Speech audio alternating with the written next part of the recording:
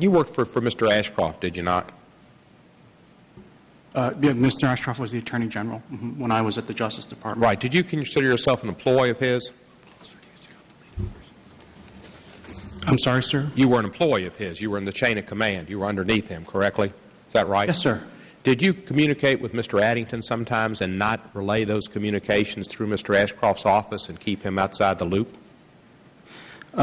Sir, I never did anything to keep Mr. Ashcroft out of the loop.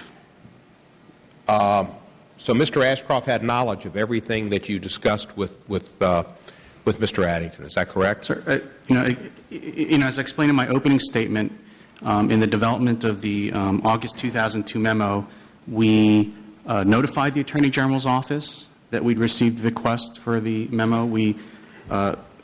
The Attorney General's office dictated who and whom we could not discuss it with.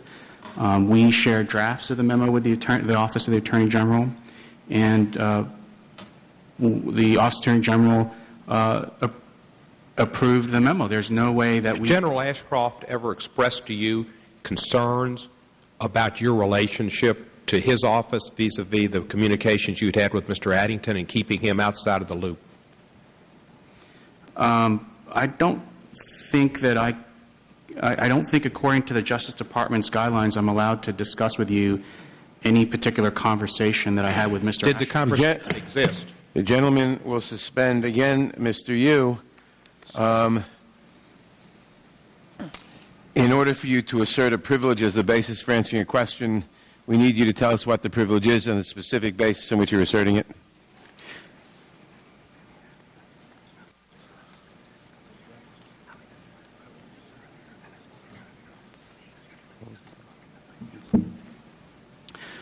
Sir, any information about conversations I had with any individual in the executive branch is covered by the instruction of the Justice Department by either attorney-client privilege or deliberative process privilege. And that's the decision of the Justice Department. No. This particular question, which privilege are you asserting? Sir, first of all, I just want to make clear, it's the Justice Department that's asserting it, and it is the attorney-client privilege, along with the, as I said before in response to the previous questions. Well, wait a minute. If you are, how is the attorney-client privilege implicated in a question about your communication with your superior in the organization? You weren't his attorney. It may have been the Justice Department. Maybe. Yeah. I mean, are you the attorney in your position, or were you the attorney in your position, OLC, of the attorney of the Attorney General? Was he your client? Sir, it's the Justice Department that's already decided in giving me these instructions that all these communications are covered by either the attorney-client privilege or the executive deliberation privilege.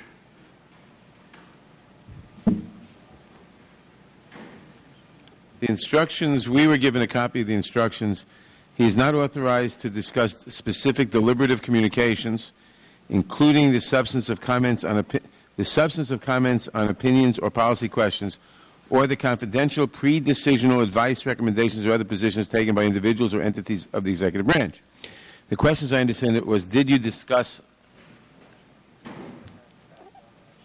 did Mr. Ashcroft, did Attorney General Ashcroft express concerns about your relationship with Addington, with Mr. Addington? That does not seem to fall within these instructions. He either did or did not express concerns. The question does not ask about specific deliberative communications or the substance of comments or opinions. I just consult with my attorney. Certainly.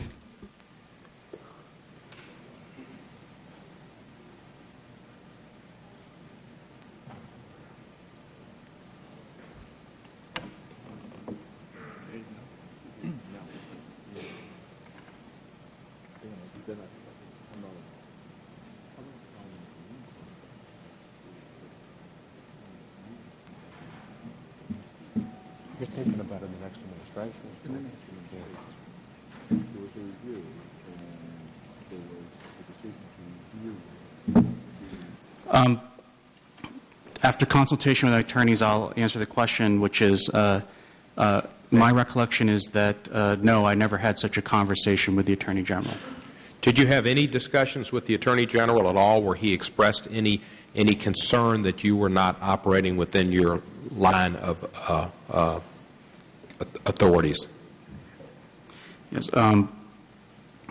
Mr. Cohen, I do not recall any conversation of that nature. And so if the Washington Post reported that General Ashcroft was upset, and if General Ashcroft said he was upset about communications between you and Mr. Yoo, the Washington Post and General Ashcroft would be mistaken or not have proper recall. Is that correct?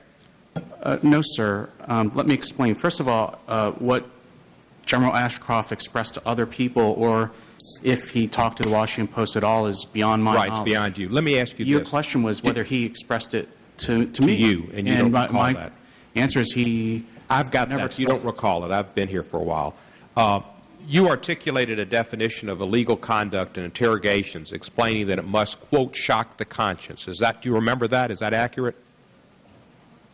Sir, I believe you're referring to the memo that was sent by the Justice Department to the Department of Defense in 2003 that defined cruel, inhumane, and degrading treatment. Yeah. What's the answer? Yes or no? Do you remember that? Shock the conscience.